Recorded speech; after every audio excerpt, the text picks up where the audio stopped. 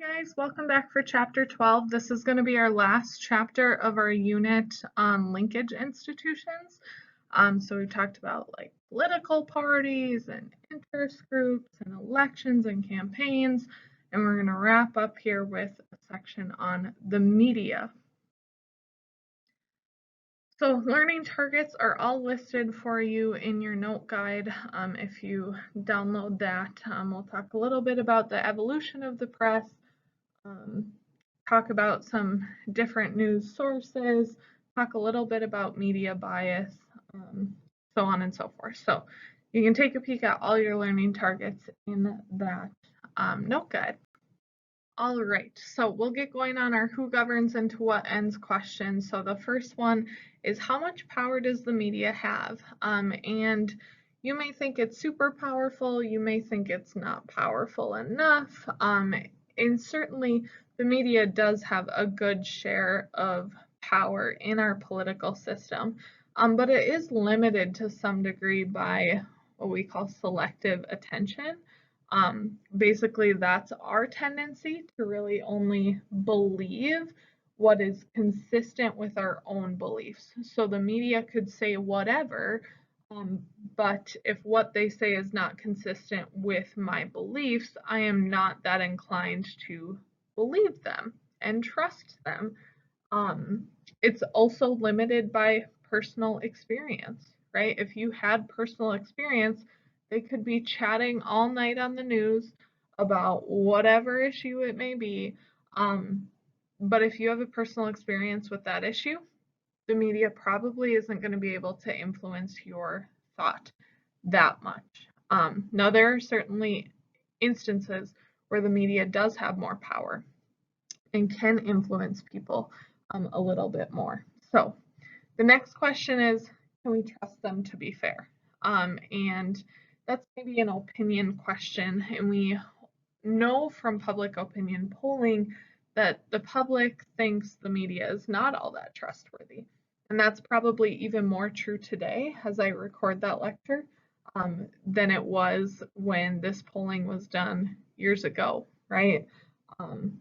There is tons of public discussion around the issue of the media and whether or not we can trust them and whether or not they're fair and so on and so forth.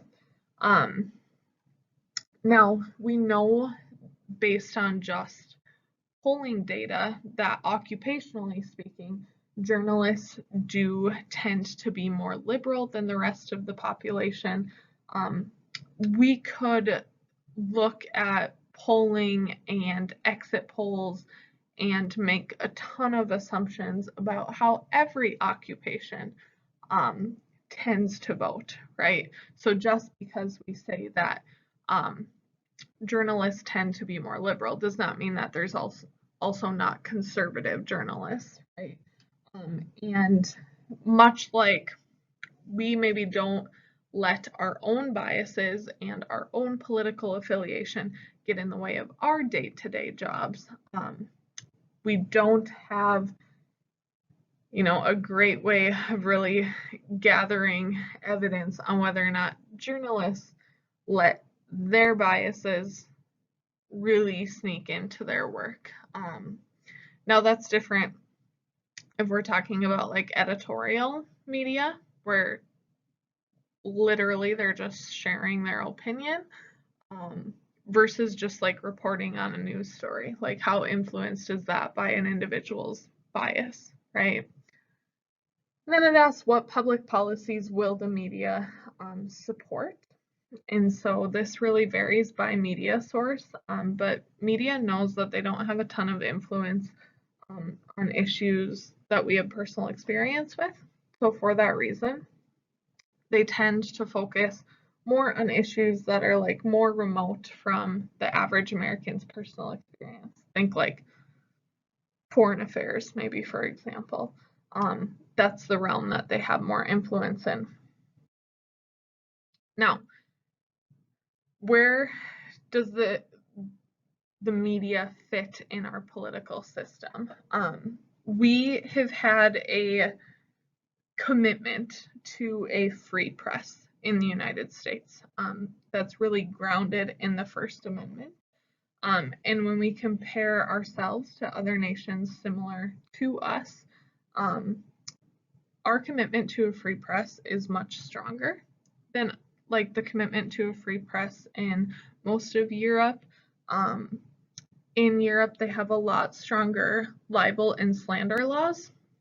Those libel and slander laws allow people to sue if the media speaks maliciously towards them. In the United States, we try and be really careful about limiting freedom of speech because we're afraid of what precedent that would set, right? What would the norm or the example from the courts be if they limited freedom of speech? Now, there is certainly limitations to freedom of speech and of the press. We'll talk about those, but they are pretty slim. We do have the Freedom of Information Act, which allows the press to access government documents. There, of course, are some government documents that are exempt for national security purposes, but the Freedom of Information Act really aids in the media's job to be a watchdog on our democracy, so they're able to access those government documents. Also in the United States, we have unrestricted internet access, no government blocked website, that sort of thing. All right, so before we move on to kind of the evolution of journalism in the United States, there are some challenges to having this strong commitment to a privately owned media. So when I say privately owned, I mean the government does not own media, right? Individuals, corporations own the media. And so there's a couple challenges with that in the United States. One, when you're privately owned, you're driven to make a profit. And so this could lead media outlets to maybe distort the news to satisfy their advertisers, because without advertisers, they don't make money. Or maybe they distort the news to appeal to their viewers, right? Because without viewers, you don't make money on advertising. Now, the media does have many different groups of people to satisfy, many different advertisers. They may want to appeal to a wide base, and so you could also argue that that makes them more centered, because they want to appeal to as many people as possible to get as many advertisers and viewers as possible.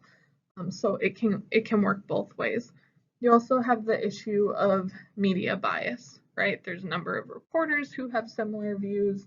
The owners of stations or cable networks may have a particular view that they kind of want displayed on their station, right? This can ultimately result in a one-sided story. Now, how has journalism evolved? We started with the party press. And so early newspapers were actually created by politicians. Think Hamilton, Jefferson, Jackson, they're all like writing their own papers, or have their own staff that are writing their own papers.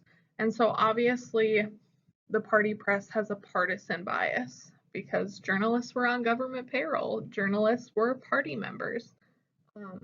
Now the party press was really expensive and really only read by the political elite at this time, right? Not everyone is necessarily even literate enough to read some of these journals or newspapers either.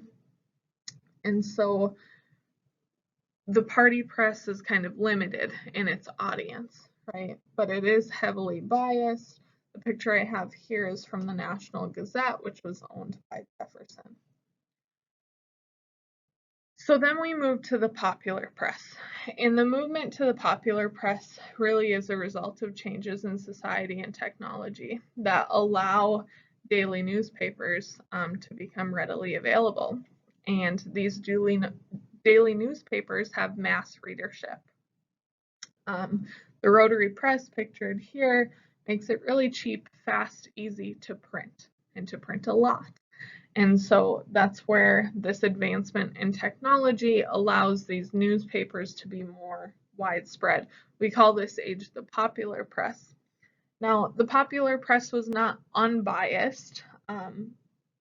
There was partisanship that was displayed largely due to the convictions of the editors, right? The people that were editing these newspapers, they have their biases, and so that may affect their reporting, right? Or what they allow to be in their paper versus what they cut out of their paper, that sort of thing.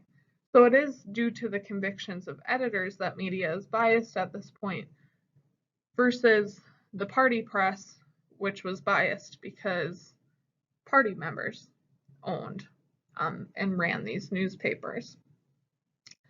This is pretty similar to today, right? Newspapers that are still around today,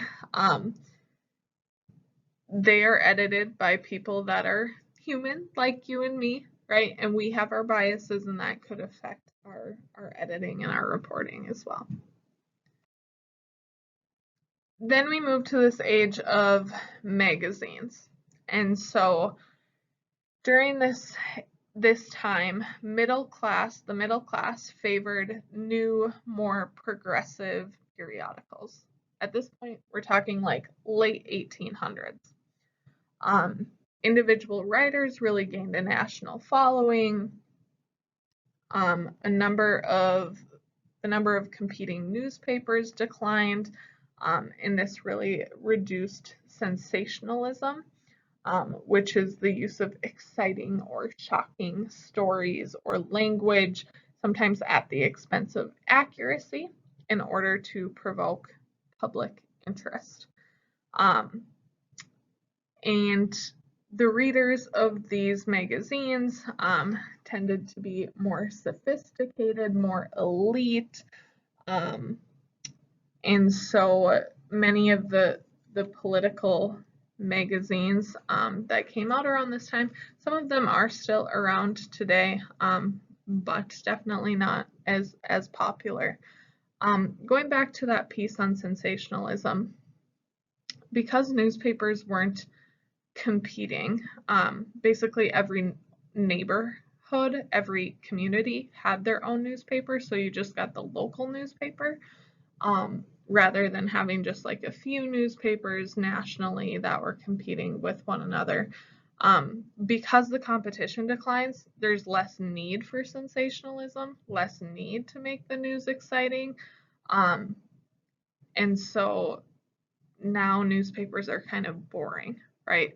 Which kind of is the catalyst for this time period, where the middle class is favoring these periodicals or these magazines. Then we move into the age of electronic journalism. That starts with radio in the 1920s. This is really the first media platform that allows politicians to speak to the people in an unedited fashion. So think like FDR's fireside chats. Then we have the movement to TV. By the 1940s, we have talk shows, televised speeches, nightly news. They all become this common form of communication. And most recently, much of our media consumption has moved to the internet, right? Blogs become an important form of political advertising. I have a few pictured here. Social media plays a bigger and bigger and bigger role as a form of media. Social media for our age group, yes, you and I are in the same age group according to these polls. Social media is the most common form of media for our age group. The internet has made it easier for campaigns to raise more money, especially small donations from individuals like you and I. It's made it easier to organize people, to take instant polls, like those straw polls that we talked about last unit. Allows them to really instantly criticize their opponent, right? Think of like Twitter, right? And then really makes it easier to mobilize followers, to target campaigners, all of those things. So social media definitely has become a very important platform in politics, and a controversial one at that. So you can see here, this kind of summarizes where Americans get their news, and we can see that this varies by age group. The most popular amongst them all are television and internet, but you can see that internet is becoming increasingly popular for younger age groups. We can see here why the newspaper industry is dying, right? Less and less people in those younger age groups are relying on newspapers for their information. Now, today we have so much choice in media. So if you have a cable package, you have like hundreds of channels. You can watch TikTok, you can be on Instagram, you can be on Twitter, Facebook, right? There's so many things we can be looking at all the time. And political scientists actually argue that having more choices in media and information in general has actually made political media more avoidable, right? It used to be that there were just a few radio stations, a few TV stations, and if it was State of the Union night, you had to tune in. You had no other choice. That was what was on every channel. That is not the case today, right? If you don't want to watch the inauguration or you don't want to watch the State of the Union, scroll through TikTok, right? Or flip to a different channel. And so we actually could argue that we're less engaged in political knowledge and politics in general because of the wide degree of media choice. Now, your social media feeds could certainly be filled with news. Mine definitely is. And so some of that has to do with who I already follow, that sort of thing. And sometimes on social media, current events can feel really unavoidable if that's the case. Now, one of the challenges that we face today is media bias. And really, like, do people hear both sides of every issue? There are so many biased media sources. We have selective exposure, which means that we really choose to only hear the side of the issue that we agree with, and we try to avoid other points of view, right? It's easy to like click on an article and you're like, oh, that headline got me. I agree with that. I'm going to read that article. And then you scroll past a headline that you totally disagree with. Chances are you don't read the article, right? That's selective exposure. Sometimes it's in our control. Sometimes it's completely out of our control. For example, social media algorithms kind of take it out of the picture. And so this was a video segment that BuzzFeed did a couple of years ago, where they actually looked at a mother and a daughter who vote differently, right? They scrolled through their Facebook feeds and just saw how different they truly are. And really the true challenge and harm in social media algorithms or even intentional selective exposure is that hearing both sides of an issue is really important to being an informed citizen. And arguably one of the reasons that politics is so divisive today is because we don't hear both sides. All right, guys, so next we're going to go over some sort of roles of the media. And these roles are kind of, there's three different ones we're going to cover here. The first is gatekeeper. So in their role as a gatekeeper, it's really the job of the media to frame and set the political agenda. Essentially what I mean by this is they decide what's newsworthy, what's worth covering, and then this can kind of force the government to act because people see something on the news, they get all fired up about it, and then they may call on their public officials to do something about it. So the media, as gatekeeper, was able to influence the public agenda. Next, we have the watchdog function, which is really all about political accountability. So the media exposes what the government may want to keep hidden, right? You think of government scandals like surrounding, say, Watergate, huge one, exposed by the Washington Post in their investigative journalism unit. And so they'll kind of uncover these stories and expose them to the American public. And that's a way of keeping government officials accountable to the people.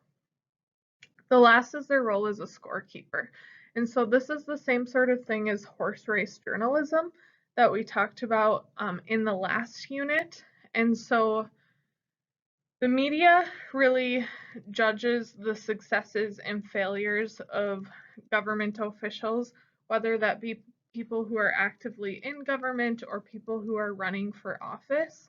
And their focus is largely on who's doing well in the polls, what are their successes, what are their failures, how could different events hurt them or help them. They're not talking about necessarily like how the candidates feel about particular issues. Like I said in our section on campaigning, that's largely the job of the campaign, but they may talk about issues in a way that they sort of frame them as to how it could help or hurt that person who is running for office or holding office, so on and so forth. So scorekeeper is the same thing as horse race journal. No. Can the media lead us astray? Absolutely, right? Horse race journalism really dominates our newscast, and it doesn't leave room to talk about the real issues.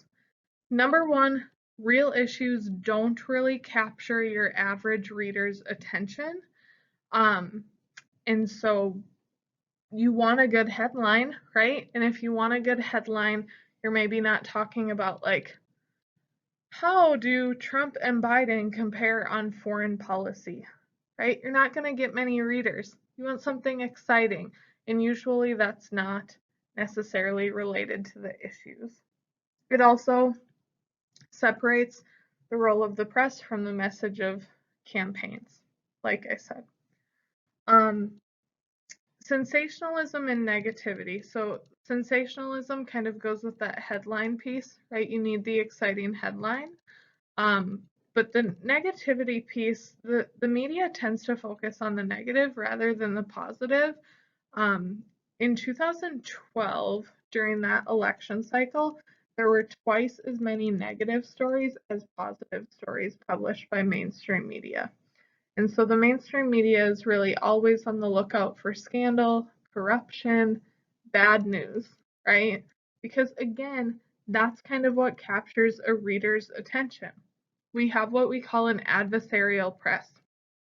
So that's our tendency of the media to be suspicious of public officials and eager to reveal unflattering stories about them.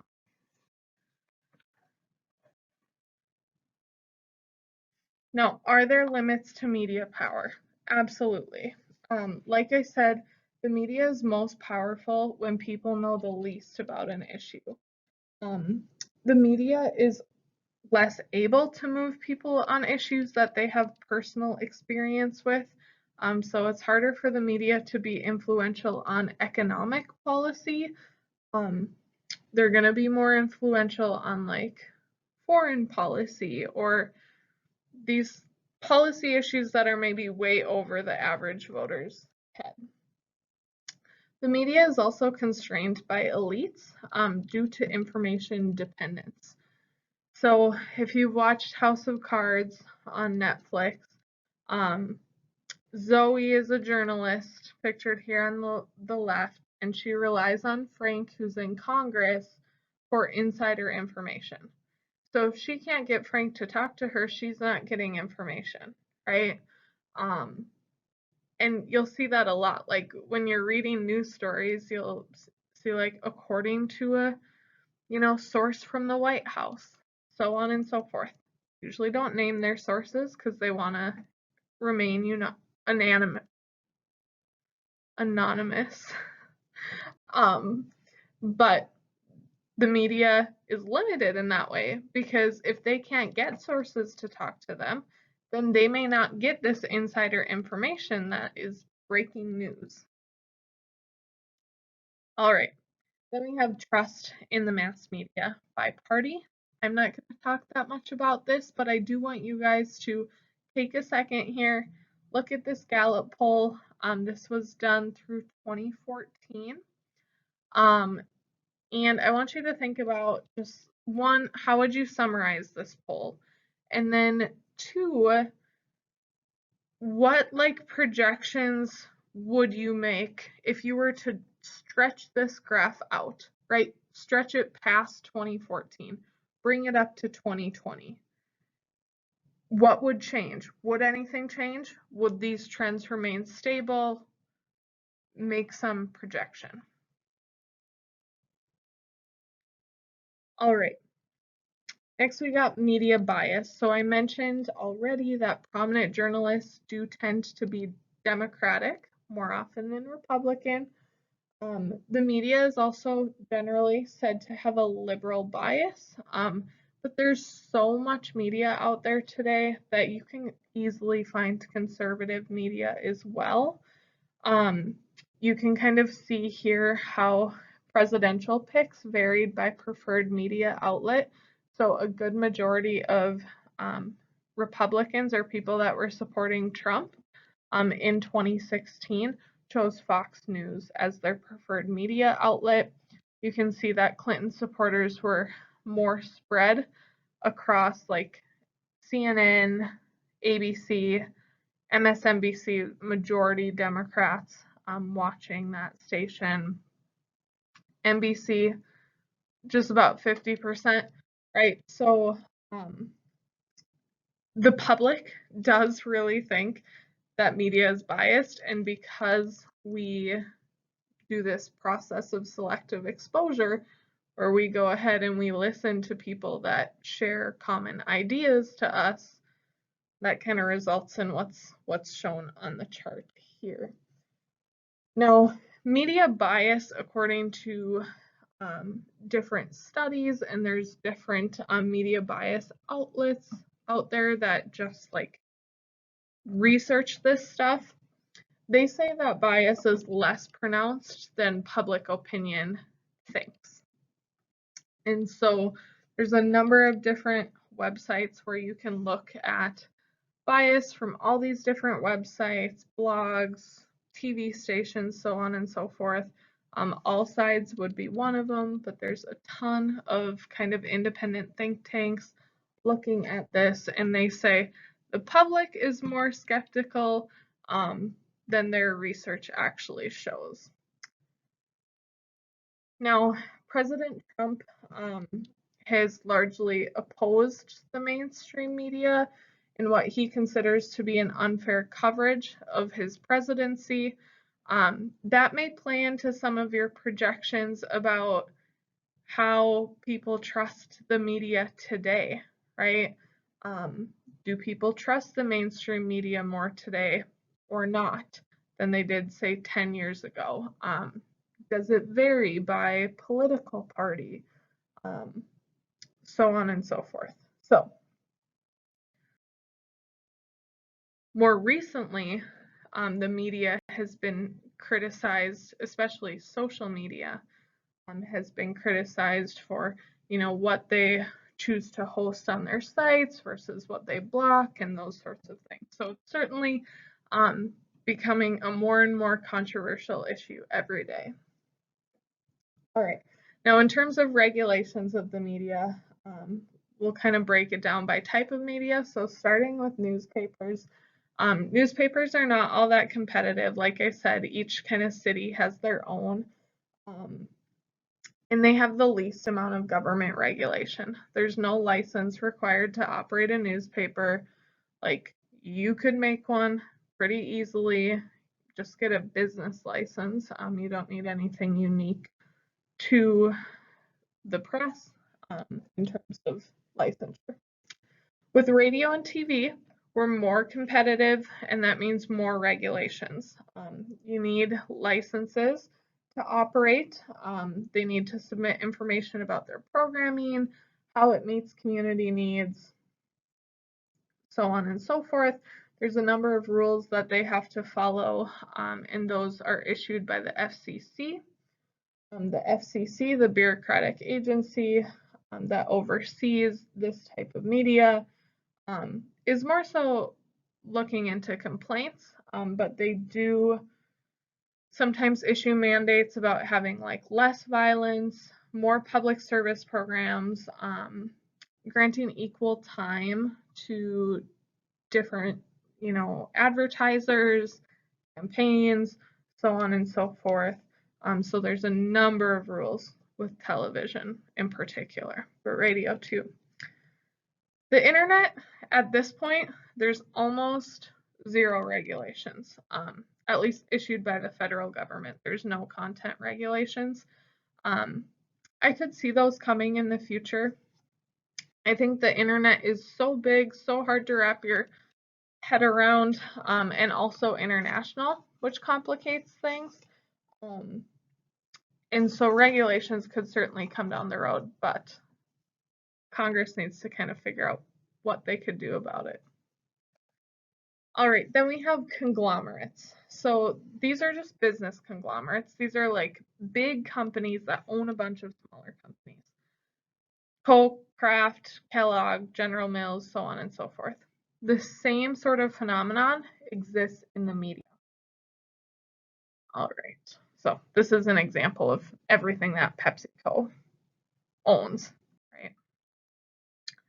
A media conglomerate, same sort of idea, is a company that owns a large number of other companies that are all in mass media. So TV, radio, publishing, movies, internet. And what can happen sometimes is ownership is concentrated, right? That means you have very few people at the top. And those people at the top have a lot of power. And so they may use their power to homogenize content. What I mean by that is make it the same, right? So if they have a certain, say, political belief, they may push that political belief on all of the mass media that they own. That's totally plausible, right? So because ownership is concentrated in the media, content can be homogenized. There are 6 big media companies that own over 90% of the media in the United States. You can see Time Warner, Walt Disney, talked about Viacom with the Super PACs and Stephen Colbert. Actually, a few years back, Disney tried to merge with Time Warner.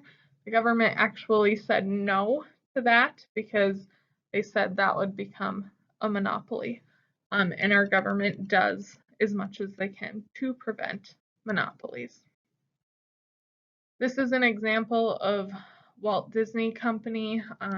This is an older graphic. Their revenue has only grown since this, but they own all these different magazines, book, publishing companies, obviously all the Disney resorts, TV stations, including ESPN, the History Channel, so on and so forth. They have all their production studios, theatrical productions, radios, sports teams, so on and so forth. Just own like a ton of stuff, right? Now, in 1996, the Telecommunications Act actually allowed media conglomerates to get bigger, and that's really what led to this merging of so many companies. This law allowed for media cross ownership. So the ownership of multiple media businesses by a single person or corporation. What they really wanted to do is that the legislation was supposed to actually foster competition and allow some existing smaller companies to get bigger. But what actually happened was kind of the opposite. it resulted in the merging of several large companies instead, and that same trend continues. So after this act, shortly after this act is passed, like 4,000 radio stations were bought out by bigger companies. This bill also like allowed cable companies to sell internet, so on and so forth. So this is a perfect example of an act where Congress had maybe a noble goal in mind to like foster more competition in media, and it actually had the reverse effect, just because of how it was written and the loopholes that some of these major media conglomerates were able to get around. All right, that is all. Have a great rest of your day. Let me know if you have any questions. Have a good week.